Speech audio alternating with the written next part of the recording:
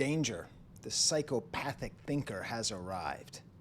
I'm going to be talking about that new song by comedian Kyle Gordon, Crawl to Me, featuring Stool Sample, the 90s nu metal song. If you haven't seen the video or heard the song, dear God, go watch it right now. Follow that link up there, somewhere up there, and go watch it. It seems like a very funny goof, you know, a real funny goof. A perfect imitation of 90s nu metal, late 90s nu metal, the perfect aesthetic with the horror and the baggy pants and the backwards hat and rap meets metal and the gross out imagery, all that stuff. And of course, like any good parody song, it's really good. Like it's probably my favorite nu metal song. You know, and I bought Follow the Leader by Korn the week that it came out, okay? It's actually pretty good. But let's not get twisted here, okay? Really good comedy, and I think this is really good comedy. I don't know what Kyle Gordon's deal is. I don't know how I found his music. I don't know if he's like the most famous comedian in the country or if he's like fairly obscure. I can't tell. You know, you develop these weird parasocial relationships with people who you find, but of course they were found for me. They were curated for me through the algorithm. I don't know what it is. But if you're not really familiar, he's doing some really deep, really awesome stuff, which I think will be studied in time if it's not already studied now. But I really want to take apart this one song because he's touching on something I lived through. I lived through the 90s. I am basically the person who he's making fun of here. And I want to talk about how this song and this video portrays the quaint nihilism of the 1990s. How it uses nostalgia to undermine nostalgia. Nostalgia, of course, is a trick often used by fascists to portray a fictional past where things were better before more equality. This quaint nihilism. Quaint, meaning pleasingly old-fashioned. Quaint, like a cozy at your grandmother's house, like those little hard candies at your grandmother's house. Okay, cozy, pleasingly old-fashioned, quaint, and then nihilism, the belief that nothing means anything. That's what we lived through in the 90s. And the key to this video and the key to this song is the very end where we see the protagonist, the main character, Stool Sample, as played by Kyle Gordon, watching Bill Clinton saying, "I did not have sexual relations with that woman," and laughing. I want to get to that point where he screams, "Fuck you," at the camera, and what does it mean? All right? Because what this video does and what this song does is it really shows the truth about the 90s. Now, we're living through a 90s nostalgia boom. We're living through an 80s nostalgia boom. We're living through all sorts of nostalgia booms permanently, okay? I grew up in the 90s, and the 90s was experiencing a 70s nostalgia boom, and the 70s was experiencing a 50s nostalgia boom. So we're just booming all over the place with all these nostalgias that we got going. But I was alive during that time. And what I didn't understand at the time was that, like, there was this kind of nihilism, this kind of edginess, this belief that nothing meant anything, this kind of whatever man too cool, that was really just the domain of middle class, upper middle class, suburban, white, cis, het, straight men. Like, that's what the 90s was. That's what made it so great. That's why we looked up to people like Kurt Cobain. That's why we got so into movies like The Matrix and like Fight Club. You know, that's why we went to Woodstock 99 and broke stuff with Limp Bizkit, okay? Because we, and by we I mean me, okay? I was a cis, het, white, straight male from suburban Massachusetts who grew up in the 90s. With that, all those circumstances, I realistically had it the best of any human being on planet Earth in existence. I'm pretty sure.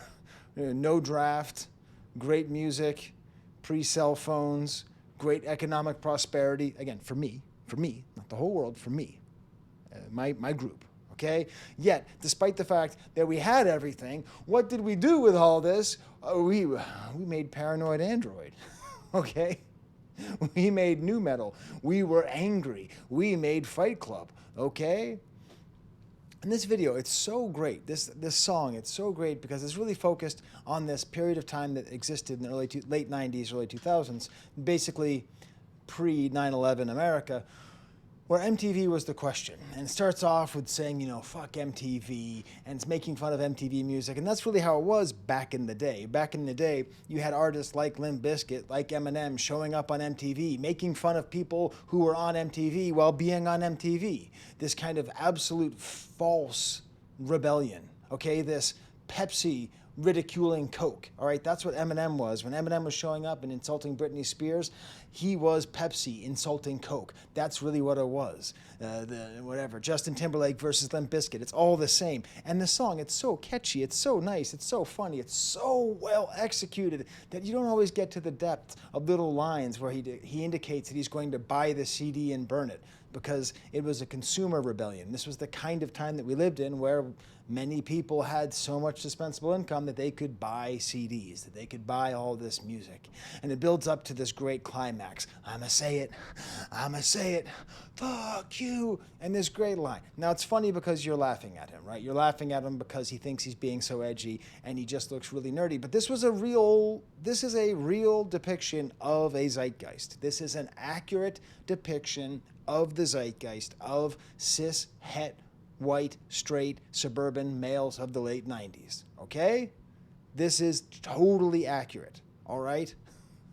I saw Stool Sample at Lollapalooza 5, okay? I saw them. They were great, all right? And the thing is, what's implied in this music, and I think this is on purpose, I'm going to give them the benefit of the doubt, is it's the privilege of this anger.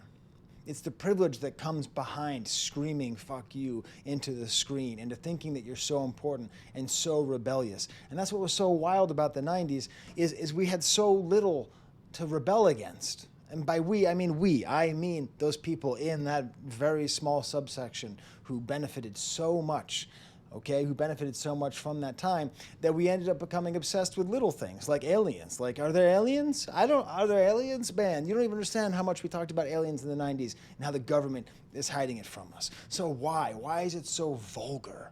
Why is it so vulgar? Is it just because our pleasure receptors are worn out? Partly, but also because underneath it all, there's this very intentional, sly misogyny and homophobia, which was part of that late 90s.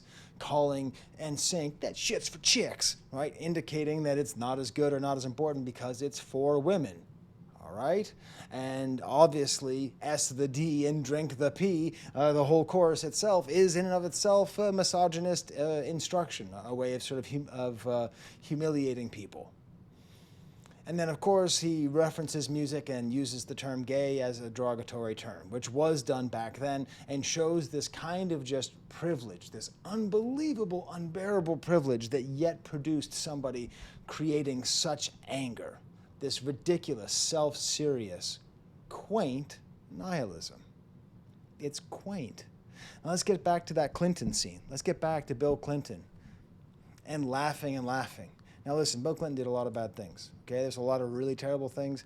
Read some Noam Chomsky on Clinton. Okay, read some Christopher Hitchens on the Clintons. Okay, not good people. But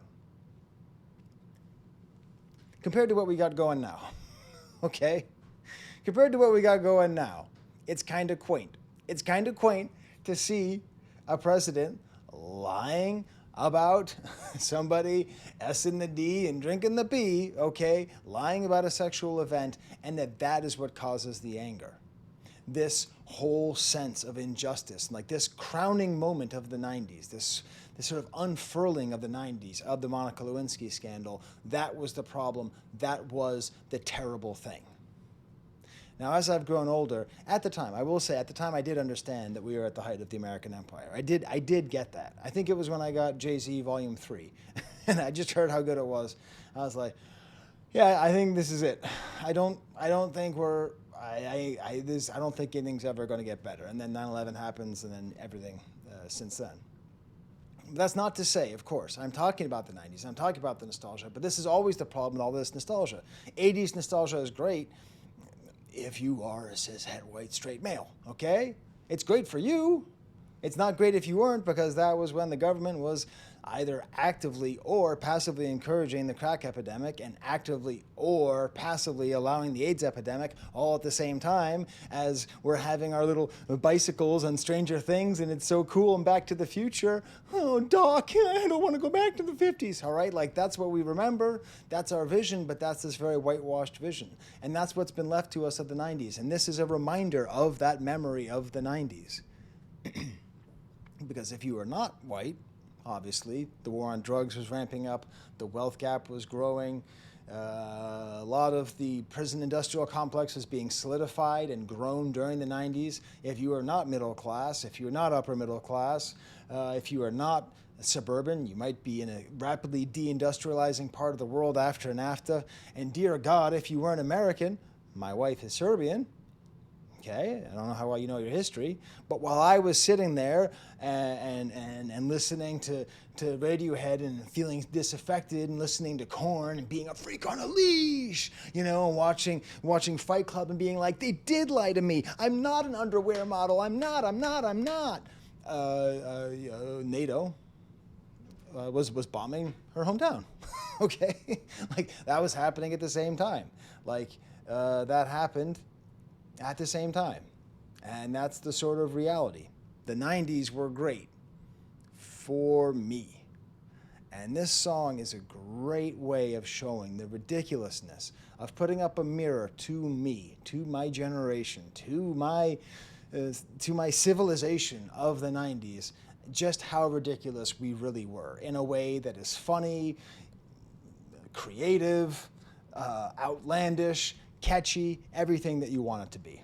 So yeah, I like the song very much, and I think he did a really great job. Does that make sense as a thesis? I don't know. I might even delete this video. I'm just recording it in my basement. I just kind of feel like it. I just saw the video and I was like, I've got to talk about the 90s. Someone's finally attacking 90s from the proper angle, which is just straight satire. No commentary, straight satire. All right. Well, anyways, there's the camera up there somewhere.